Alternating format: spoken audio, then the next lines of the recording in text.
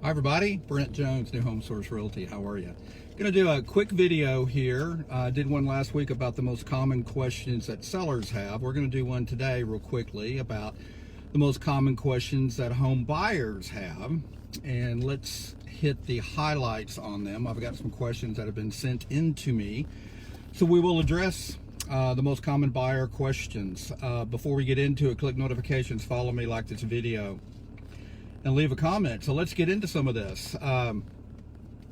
Question number one, how do I know I'm not paying too much for the house? Well, in this market, you quite possibly could be paying too much for the house. I mean, you're going to be in a extremely competitive situation where you might be dealing with all cash buyers coming from out of state, and they're willing to overpay. They think the market here in Texas is a bargain, and they have no problem with overpaying. But with all that being said, the house, you are going to have an appraisal done unless you're paying cash, and so you'll know then what the appraiser's value on it is, and so that will ease your concerns that you're overpaying for the house. Question number two, how do I know I can trust my mortgage lender? Not sure really what the concern is there. I mean, the mortgage industry is highly regulated. Nothing wrong with getting more than one opinion. You know, go to a lender, let them quote you what their fees are going to be, what your interest rate's going to be, that kind of thing. But there's nothing wrong with getting a second opinion and comparing and see who's going to make you the best deal.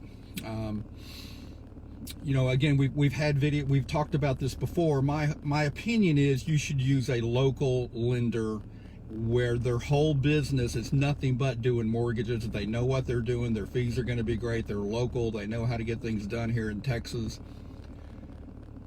I would highly recommend that over some kind of out-of-state quicken loan kind of thing. As a matter of fact, I have a buyer, and we turned in an offer, and she got approved with Quicken Loans. And when we got beat out, I asked the listing agent, what was it about the other offer or other offers that were superior to ours? And she said, well, one of the first things is they were qualified with a local lender instead of Quicken. And I told my buyer from the very beginning, really seriously, Quicken Loans, but we were in a hurry because we were up against a deadline, so I didn't have time to send her to another lender.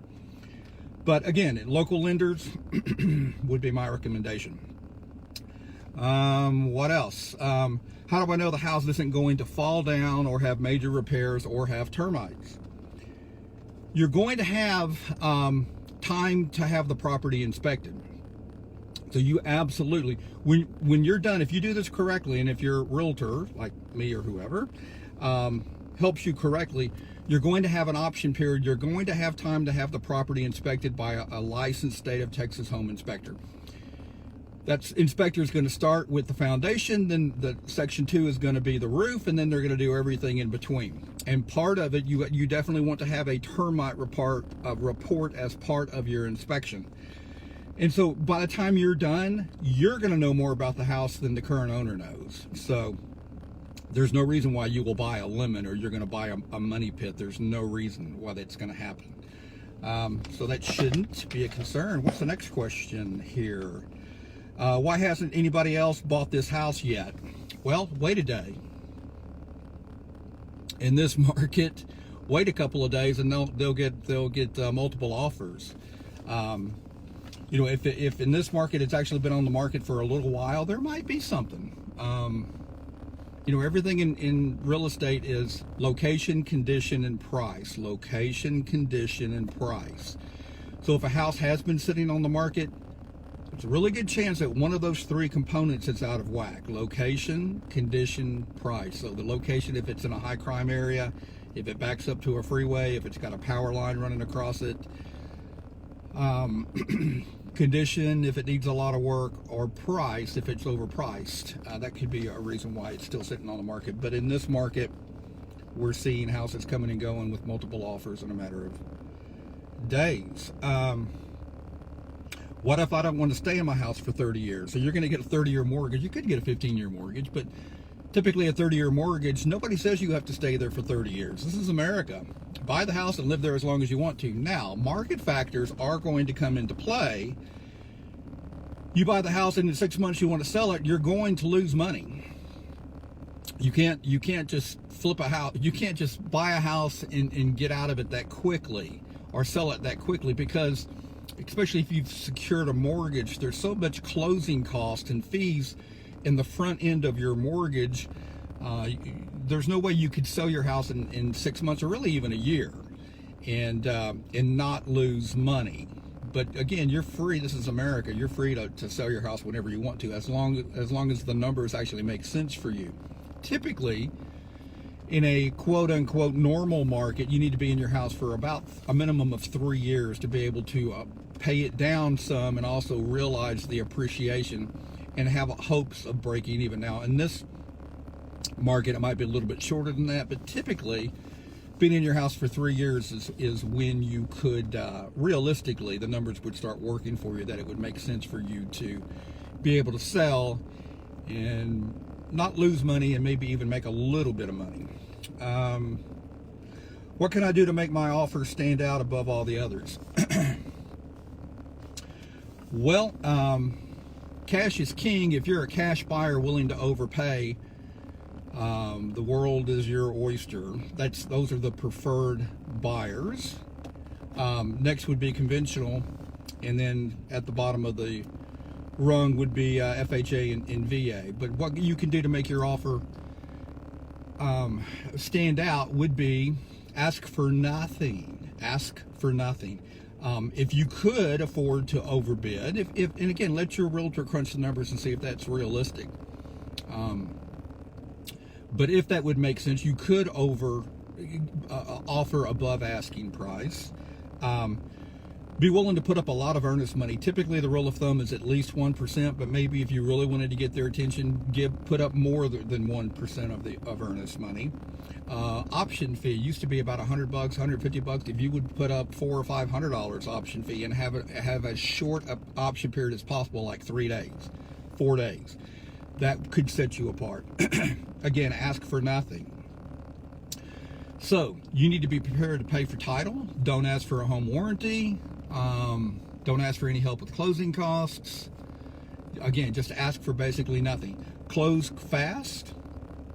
Close fast. If you can, now again, if you're going to get a mortgage, your mortgage company is going to need about 3 to 4 weeks to get your loan processed. But the faster you can close, typically the better.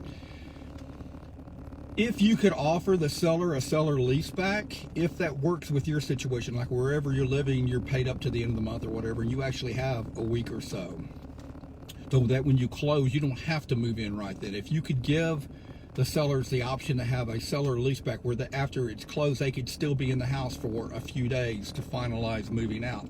If you could make that available to them, that would be attractive in a lot of situations.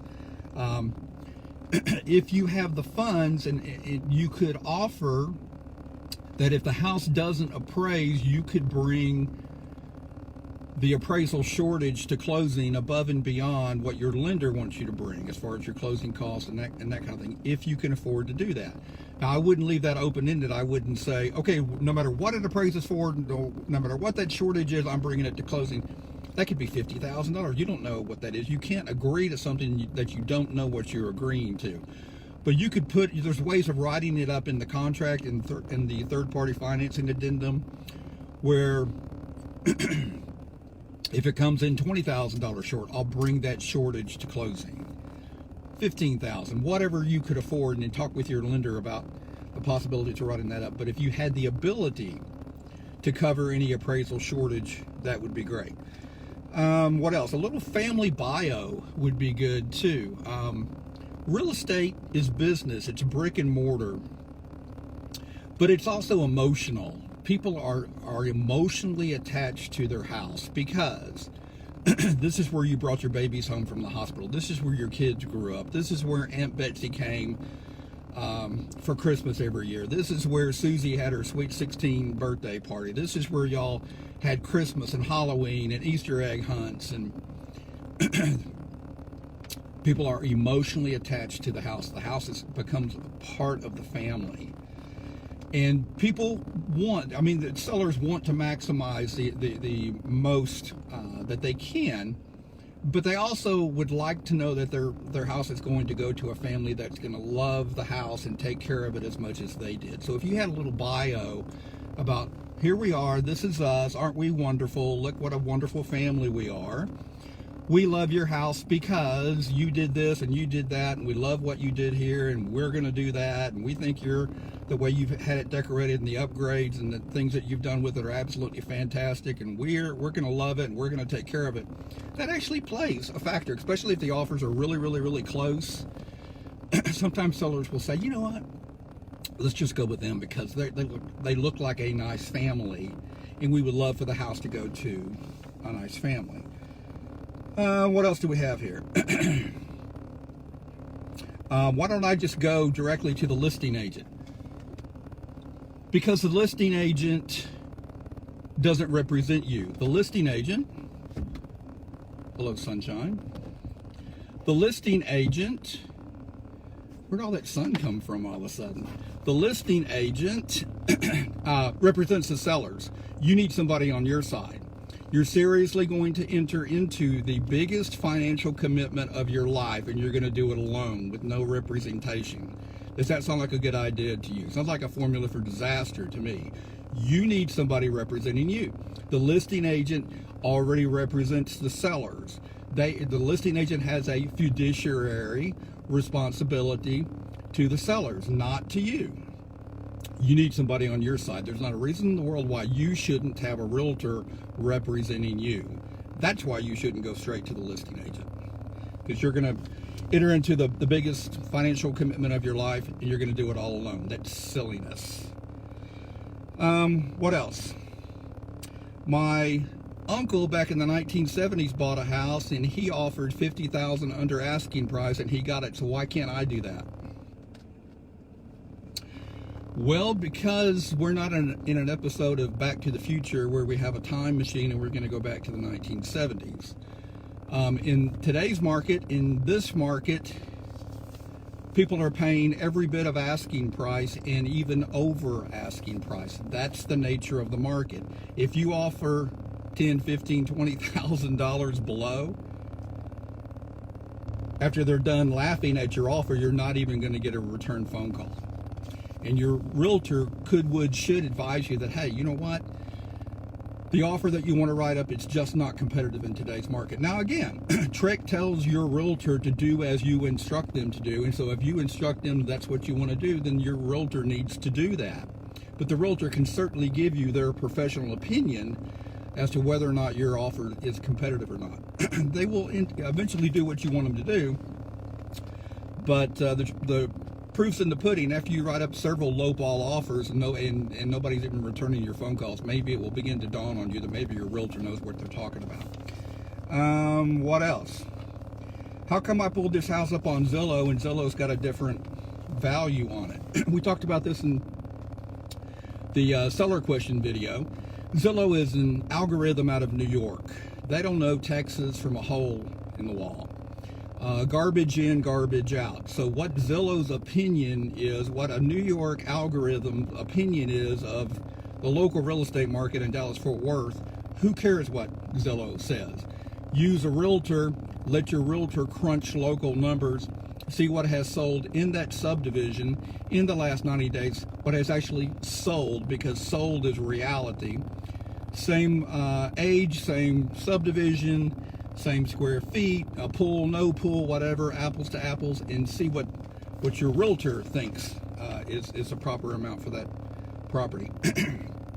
So, I would love to help you. I've been doing this for 30 years. I was born and raised here in Dallas. If you have any buyer questions, call me, text me, email me. If you need a really good lender, I've got some great lenders. I've got one in particular I've used for over 15 years, and he and I have never missed a closing. He's local. All he does is mortgages.